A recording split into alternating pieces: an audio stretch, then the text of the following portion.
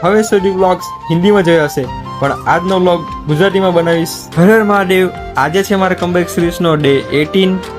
હું ઘરે આવ્યો હોવાથી જીમમાં કસરત નહીં કરી શકું, એટલે ઘરે બેસીને કર્યા યોગા અને એપ્સની એક્સરસાઇઝ. અને પછી હું મારી મેહોણી પાડીને મળવા ગયો. પછી લીધું પોસ્ટ વર્કઆઉટ મીલ. અને આજે આવી રહ્યો હતો મુસળધાર વરસાદ. આજે તો રાત્રે મહાપ્રસાદ રાખેલો હોવાથી અમારું યુવા મંડળ વાસણ લેવા પહોંચી ગયા.